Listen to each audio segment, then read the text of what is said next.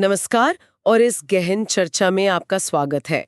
आज हम भारत के जो 12 ज्योतिर्लिंग हैं, उनके रहस्य और उनके महत्व की दुनिया में थोड़ा गहराई से उतर रहे हैं। हाँ, बिल्कुल। ये विषय बहुत ही फैसिनेटिंग है। बिल्कुल, हमारे सामने इन पवित्र स्थलों पर केंद्रित कुछ विस्तृत लेख और नोट्स हैं। इनमें उनकी कथाएं हैं, उनका ऐतिहासिक महत्व है, आध्यात्मिक सिग्निफिकेंस है, सब कुछ शामिल है। हाँ, तो आज हमारी कोशिश रहेगी कि इन पवित्र स्थानों के मूल तत्व को समझे, इनकी कहानियां क्या कहती हैं, इनका आध्यात्मिक अर्थ क्या है और ये करोड़ों भक्तों के लिए इतने पूजनीय क्यों है। सही बात है। ठीक है, चलिए इसे खोलते हैं। तो सबसे पहले बात करते हैं भगवान शिव की, जिनके ये ज्योतिर्लिंग स्वरूप माने जाते हैं। हमारे स्रोत बताते हैं कि शिव आदि और अंत से परे हैं, समय के बंधनों से मुक्त। वो संहारक भी हैं, तो सृजनकर्ता भी है। बिल्कुल।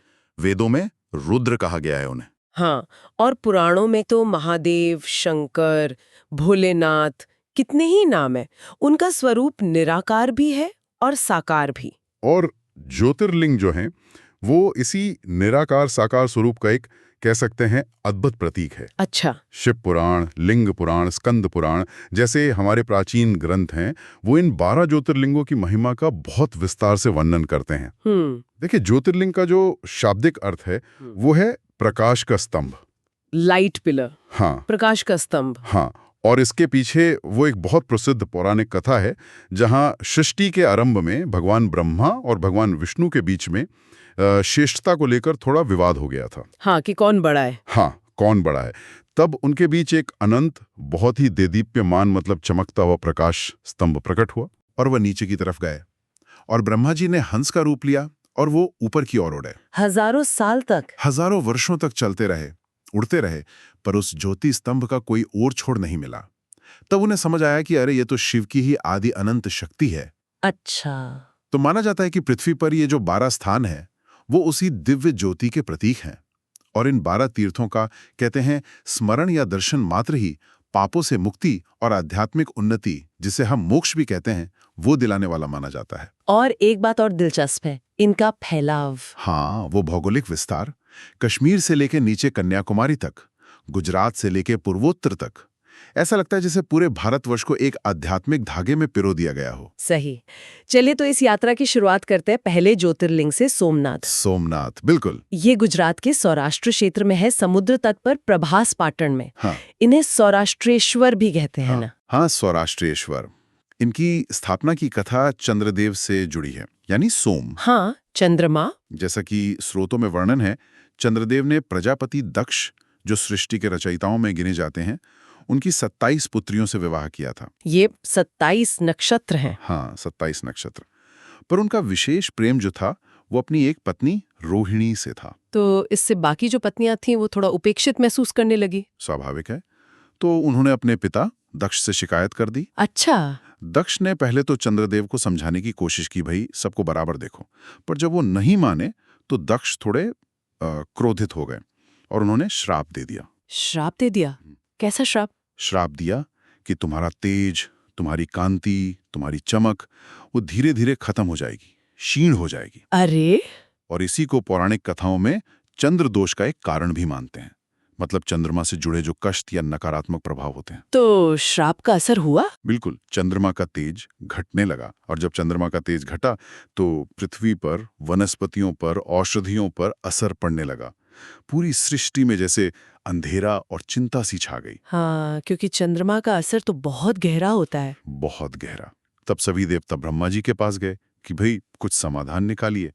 तो ब्रह्मा जी ने चंद्रदेव को सलाह दी कि आप प्रभास क्षेत्र में जाइए और वहां भगवान शिव की आराधना कीजिए। प्रभास क्षेत्र यानी जहाँ सोमनाथ है। बिल्कुल। तो चंद्रदेव ने वहां घोर तपस्या की, बहुत कठिन तपस्या। उनकी भक्ति से प्रसन्न होकर शिव जी प्रकट हुए और श्राप से मुक्ति दे दी। पूरी तरह मुक्त नहीं किया, क्योंकि देखिए दक्ष का वचन भी व्यर्थ नहीं जा सकता था। वो भी एक बड़े प्रजापति थे, लेकिन शिव जी ने एक वरदान दिया। अच्छा, क्या वरदान था? वरदान ये था कि महीने के एक पक्ष में तुम्हारा तेज क्षीण होगा, जिसे हम कृष्ण पक्ष कहते हैं। हाँ, जब चांद घटता है। और दूसरे पक्ष में वो फिर से बढ़ेगा, जिसे शुक्ल पक्ष कहते हैं। जब चांद बढ़ता है पूर्णिमा तक। बिल्कुल। और इसी से फिर समय की गणना और जो समुद्र में ज्वार भाटा आता है उसका क्रम भी बना रहेगा। और शिवजी ने यह भी कहा कि इस स्थान पर यानी प्रभास क्षेत्र में चंद्रमा का तेज हमेशा अक्षय रहेगा, मतलब कभी नष्ट नहीं होगा, और मैं स्वयं तुम्हारे उद्धारकर्ता के रूप में यहाँ ज्योतिर्लिंग स्वरूप में वास करूंगा। इसीलिए ये स्थान सोमनाथ कहलाया। सोम यानी चंद्र के नाथ यानी स्वामी। बिल्कुल सही, सोम के नाथ। और इसीलिए यहाँ दर्शन करने से भक्तों को श्राप, रोग और खासकर जो मानसिक क्लेश होते हैं उनसे मुक्ति मिलने की मान्यता है। सोमनाथ की ये पौराणिक कहानी तो है ही, लेकिन इसका इतिहास वो भी कुछ कम प्रेरणादायक नहीं है। हाँ, वो तो बहुत ही उथल पुथल भरा रहा है। स्रोतों में साफ उल्लेख है कि इस मंदिर पर कई बार विदेशी आक्रमणकारियों ने हमले किए, जैसे महमूद गजनवी, हाँ, 11वीं सदी में। और फिर बाद में औरंगजेब ने भी 17वीं सदी में। हाँ, इसे तोड़ा गया, लूटा गया, लेकिन हर बार भक्तों ने, शासकों ने, आम लोगों ने मिलकर इसे फिर से खड़ा किया। ये बात सचमुच अद्भुत है। तो ये मंदिर सिर्फ एक पूजा स्थल नहीं रहा, ये तो भारतीय आस्था, जिजीविषा मतलब जीने की इच्छा और सांस्कृतिक पुनर्जागरण का एक प्रतीक बन गया। बिल्कुल। अब कल्पना कीजिए, अरब सागर के किनारे वो भव्य मंदिर खड़ा है और उसमें हर हर महादेव का नाद गूंज रहा है। ये अटूट विश्वास की कहानी कहता है। और शायद यही इतिहास सोमनाथ को अनादि और अनंत होने की भावना से और गहरा जोड़ता है ना? बिल्कुल सही कहा। अब यहां से चलते हैं थोड़ा दक्षिण की ओर, दूसरे ज्योतिर्लिंग मल्लिकार्जुन के पास। मल्लिकार्जुन, ये कहाँ पर है? ये आंध्र प्रदेश में है। कृष्णा नदी के तट पर श्रीशैल पर्वत है, वहां विराजमान है, और इस स्थान को दक्षिण का कैलाश भी कहा जाता है। अच्छा, दक्षिण का कैलाश, ये तो बड़ा सम्मान है। बहुत ज्यादा। ये इसकी पवित्रता और महत्व को दिखाता है। इसकी कथा भगवान शिव और पार्वती के पुत्रों कार्तिकेय और गणेश जी के विवाह से जुड़ी है। हाँ, ये कहानी भी सुनी, बड़ी मजेदार है। हाँ, तो एक बार देवताओं ने शिव पार्वती से आग्रह किया कि भाई अब पुत्रों का विवाह कर दीजिए। तो एक शर्त रखी गई कि दोनों भाइयों में से जो पहले पूरी पृथ्वी की परिक्रमा करके लौटेगा उसी का विवाह पहले होगा। तो कार्तिकेय जी तो निकल पड़े होंगे तुरंत, वो तो सेनापति ठहरे। बिल्कुल, भगवान कार्तिकेय देवताओं के सेनापति, वो तुरंत अपने वाहन मोर पर सवार हुए और परिक्रमा के लिए निकल पड़े। और गणेश जी? लेकिन गणेश जी, जो अपनी बुद्धि और विवेक के लिए जाने जाते हैं, उन्होंने एक अलग ही तरीका निकाला। क्या किया उन्होंने? उन्होंने अपने माता पिता यानी शिव और पार्वती की ही 7 बार परिक्रमा कर ली। अरे वाह! और कहा कि शास्त्रों के अनुसार माता पिता की परिक्रमा करना ही समस्त पृथ्वी की परिक्रमा करने के समान है। आप ही मेरे लिए पूरा ब्रह्मांड है। क्या बात है। शिव और पार्वती उनके इस जवाब से, उनकी भक्ति से इतने प्रसन्न हुए कि उनका विवाह प्रजापति विश्वरूप की पुत्रियों रिद्धि और सिद्धि से करा दिया। और जब कार्तिकेय जी लौटे? हाँ, जब कार्तिकेय जी पूरी पृथ्वी की परिक्रमा करके वापस आए और देखा कि अरे गणेश का विवाह तो हो चुका है, तो वो थोड़ा खुद को छला हुआ महसूस करके रुष्ट हो गए, नाराज हो गए। स्वाभाविक है। और वो माता पिता का स्थान त्याग कर क्रौंच पर्वत पर चले गए। अब पुत्र के इस तरह चले जाने से शिव और पार्वती बहुत दुखी हुए। तो वो खुद कार्तिकेय को मनाने के लिए क्रौंच पर्वत पहुंचे और पुत्र मोह में वो वहीं ज्योतिर्लिंग के रूप में स्थापित हो गए ताकि अपने पुत्र कार्तिकेय के समीप रह सकें। अच्छा, तो वहीं पे मल्लिकार्जुन ज्योतिर्लिंग बना। हाँ, उसी स्थान पर शिवजी अर्जुन नाम से और पार्वती जी मल्लिका नाम से स्थित हुई और संयुक्त रूप से ये ज्योतिर्वन मल्लिकार्जुन कहलाया। मल्लिका और अर्जुन, शिव और पार्वती का संयुक्त स्वरूप। बिल्कुल। और यहाँ की एक और खास बात यह है कि यहीं पर देवी पार्वती का ब्रह्मरांबा देवी मंदिर भी है, जो भारत के 18 महाशक्ति पीठों में से एक माना जाता है। अरे हाँ, शक्तिपीठ, जहाँ देवी सती के अंग गिरे थे। बिल्कुल। तो इस तरह से देखें तो श्रीशैलम जो है वो शिव और शक्ति दोनों की उपासना का एक बहुत ही महत्वपूर्ण केंद्र बन जाता है। और मल्लिकार्जुन दर्शन का विशेष महत्व क्या बताया गया, मतलब क्या लाभ मिलता है? देखिए, खास तौर पर पारिवारिक एकता और पुत्र संबंधी जो कष्ट होते हैं, जिन्हें पुत्र क्लेश भी कहते हैं, उनके निवारण के लिए यहाँ प्रार्थना करना बहुत फलदायी माना जाता है। अच्छा। साथ ही दाम्पत्य जीवन में सुख और अगर विवाह संबंधी कोई बाधाएं आ रही हों तो उनको दूर करने के लिए भी भक्त यहाँ आते हैं। और श्रीशैलम का पूरा इलाका वो घने जंगलों और प्राकृतिक सुंदरता से घिरा हुआ है। एक अद्भुत आध्यात्मिक शांति का अनुभव होता है वहां। और मंदिर की बनावट? मंदिर प्राचीन द्रविड़ वास्तुकला शैली, द्रविड़ शैली जिसे कहते हैं, उसका एक बहुत उत्कृष्ट उदाहरण है। बारीक नक्काशी हैं, भव्य गोपुरम हैं, देखने लायक है। सोमनाथ और मल्लिकार्जुन दोनों की कहानियां ही कितनी अलग और कितनी गहरी हैं। अब थोड़ा मध्य भारत की ओर चले, वहां भी तो बहुत महत्वपूर्ण ज्योतिर्लिंग है। अवश्य अवश्य। मध्य प्रदेश में दो प्रमुख ज्योतिर्लिंग हैं, एक तो महाकालेश्वर और दूसरे ओंकारेश्वर। महाकाल उज्जैन वाले। हाँ, उज्जैन में क्षिप्रा नदी के तट पर स्थित महाकालेश्वर या महाकाल, इनका विशेष महत्व है। ये एकमात्र दक्षिणमुखी ज्योतिर्लिंग है। अच्छा, दक्षिणमुखी, ये खास बात है। हाँ, और ये तांत्रिक परंपरा में भी बहुत महत्वपूर्ण माने जाते हैं। यहाँ की भस्म आरती तो विश्व प्रसिद्ध है। हाँ, सुना है, जिसमें शमशान की ताजी भस्म से। जी हाँ, ताजी भस्म से भगवान का श्रृंगार किया जाता है। महाकाल का अर्थ ही है समय के स्वामी या मृत्यु पर विजय दिलाने वाले। इसलिए यहाँ दर्शन करने से अकाल मृत्यु के भय से मुक्ति और लंबी आयु प्राप्त होने की मान्यता है। और ओंकारेश्वर? उनका नाम ही ऐसा है, ओम जैसा। हाँ। बिल्कुल, ओंकारेश्वर नर्मदा नदी के बीच में एक द्वीप पर है, जिसका आकार ही प्राकृतिक रूप से ओम जैसा है। सच में कमाल है। हाँ, और यहाँ ज्योतिर्लिंग एक नहीं बल्कि दो स्वरूपों में है, ओंकारेश्वर और ममलेश्वर, जिन्हें अमलेश्वर भी कहते हैं। इन्हें एक ही ज्योतिर्लिंग के दो भाग माना जाता है। अच्छा। और ओम तो आप जानते ही हैं, हिंदू धर्म का सबसे पवित्र प्रतीक और ध्वनि है। इसे ब्रह्मांड की उत्पत्ति का स्रोत माना जाता है। हाँ, प्रणव मंत्र। बिल्कुल, इसलिए ओंकारेश्वर का संबंध ज्ञान, शांति और आध्यात्मिक बोध से जोड़ा जाता है। कहते हैं कि यहाँ दर्शन और नर्मदा स्नान से मानसिक शांति मिलती है और ज्ञान प्राप्ति में सहायता मिलती है। हमने पश्चिम के सोमनाथ, दक्षिण के मल्लिकार्जुन और मध्य भारत के महाकाल और ओंकारेश्वर की बात की। पूर्व या दूसरे क्षेत्रों में भी तो है? बिल्कुल हैं। झारखंड के देवघर में वैद्यनाथ ज्योतिर्लिंग का भी बहुत महत्व है। वैद्यनाथ, वैद्य यानी चिकित्सक, डॉक्टर। हाँ, बिल्कुल, वैद्य का अर्थ है चिकित्सक। पौराणिक कथा है कि लंकापति रावण ने कठोर तपस्या करके शिवजी को प्रसन्न किया था। हाँ? और वरदान में एक लिंग प्राप्त किया था ताकि वो उसे लंका ले जा सके। हाँ, रावण तो शिव भक्त था। बहुत बड़ा भक्त। लेकिन शर्त ये थी कि इसे रास्ते में कहीं रखना नहीं है। अगर रख दिया तो ये वहीं स्थापित हो जाएगा। अच्छा, फिर क्या हुआ? अब देवताओं को चिंता हुई कि अगर ये लिंग लंका चला गया तो रावण और अजेय हो जाएगा। तो उन्होंने एक युक्ति लगाई। रास्ते में रावण को लघुशंका की तीव्र इच्छा हुई, तो उसने पास खड़े ग्वाले को, जो असल में भगवान विष्णु ही थे ग्वाले के रूप में, वो लिंग थोड़ी देर पकड़ने को दे दिया। हाँ। और ग्वाले ने उसे वहीं भूमि पर रख दिया। अरे! 10 रावण ने वापस आकर बहुत कोशिश की उसे उठाने की, पर वो लिंग टस से मस नहीं हुआ।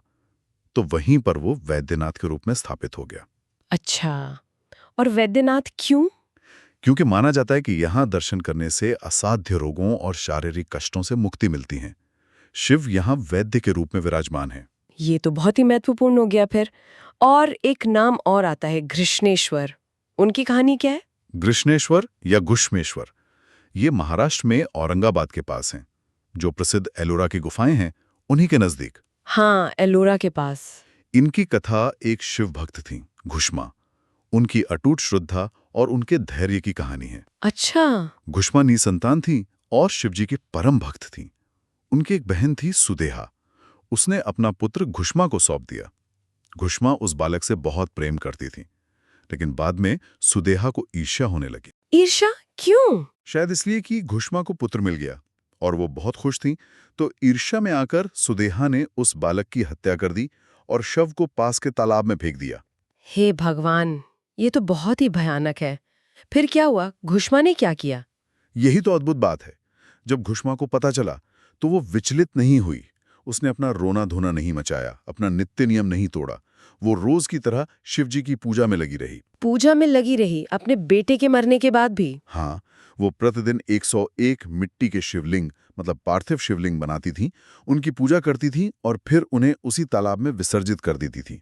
उनकी ये अडिग भक्ति और उनकी क्षमाशीलता, क्योंकि उन्होंने अपनी बहन पर क्रोध भी नहीं किया, इससे प्रसन्न होकर भगवान शिव स्वयं प्रकट हुए। शिव जी प्रकट हुए? हाँ, और उन्होंने न केवल उसके पुत्र को फिर से जीवित कर दिया, बल्कि घुष्मा से आग्रह किया कि वो अपनी बहन को क्षमा कर दे।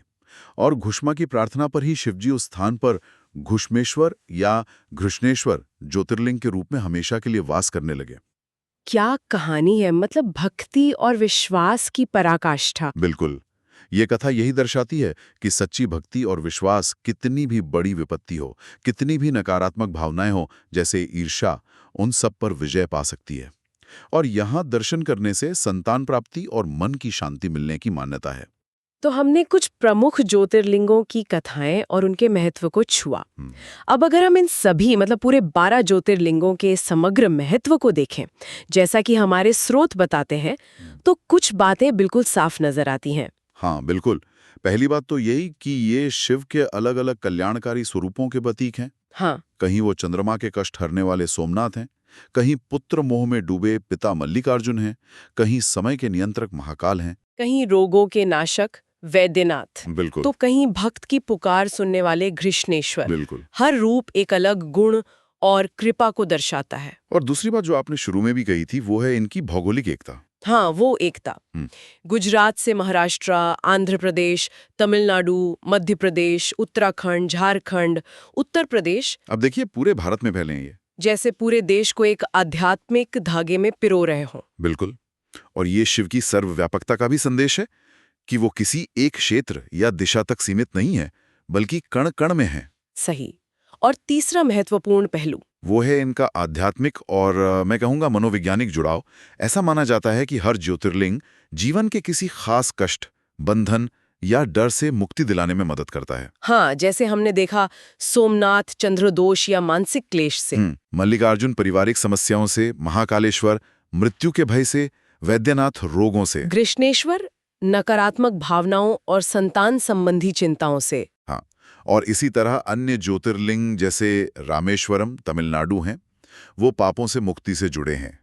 नागेश्वर गुजरात विष और सर्प भय से, भीमाशंकर महाराष्ट्र आलस्य और अहंकार से, त्र्यंबकेश्वर महाराष्ट्र अकाल मृत्यु और ग्रह दोषों से, केदारनाथ उत्तराखंड प्राकृतिक आपदाओं और जीवन की अनिश्चितताओं से, और काशी विश्वनाथ उत्तर प्रदेश कर्म बंधनों से मुक्ति और ज्ञान प्राप्ति से जुड़े माने जाते हैं। मतलब एक तरह से देखें तो ये जीवन की जो अलग अलग चुनौतियां हैं, उनके आध्यात्मिक समाधान प्रस्तुत करते हैं। बिल्कुल सही, आप इसे ऐसे देख सकते हैं। शिव पुराण और लिंग पुराण जैसे ग्रंथ तो यहाँ तक कहते हैं कि जो व्यक्ति श्रद्धा से इन 12 ज्योतिर्लिंगों का नाम रोज सुबह शाम लेता है, उसके 7 जन्मों के पाप नष्ट हो जाते हैं। हाँ, और उसे अंततः शिवलोक की प्राप्ति होती है।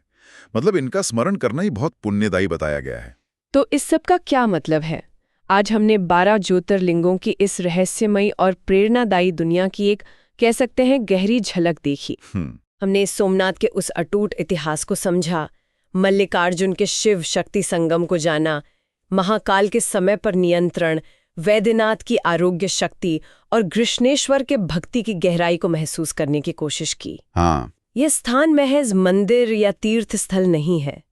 ये तो आस्था, इतिहास, संस्कृति और गहरी आध्यात्मिकता के वो जीवंत केंद्र हैं जहां शिव की ऊर्जा, ऐसा कहते हैं, आज भी अनुभव की जा सकती है। आपने बिल्कुल सही कहा।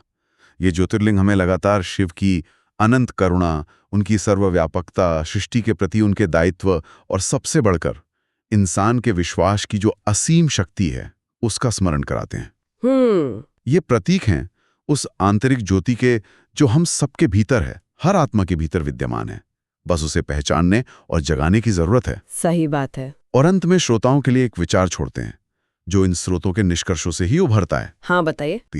उसके 12 प्रतीकात्मक पड़ाव भी हो सकते हैं। अच्छा, कैसे? जैसे बचपन की वो निर्दोष शरणागति, जैसे सोमनाथ में चंद्र की स्थिति से लेकर फिर पारिवारिक दायित्व, मल्लिकार्जुन, जीवन की चुनौतियों का सामना करना, महाकाल, वैद्यनाथ, और अंत में अडिग भक्ति और धैर्य तक पहुंचना, जैसा घृष्णेश्वर की कहानी में। ये तो सोचने वाली बात है। हाँ, और ये एक महत्वपूर्ण प्रश्न उठाता है कि आस्था और विश्वास में आखिर कितनी शक्ति हो सकती है। जैसा हमने सोमनाथ के बार बार बनने के इतिहास में देखा, या भक्त घुष्मा की उस अटूट श्रद्धा की कहानी में जो इतनी भयानक त्रासदी के सामने भी नहीं डिगी। क्या ऐसी ही अटूट आस्था किसी भी परिस्थिति में इंसान को स्थिर और जिसे कहते हैं रेजिलिएंट बनाए रख सकती है? यह सोचने और मनन करने योग्य बात है।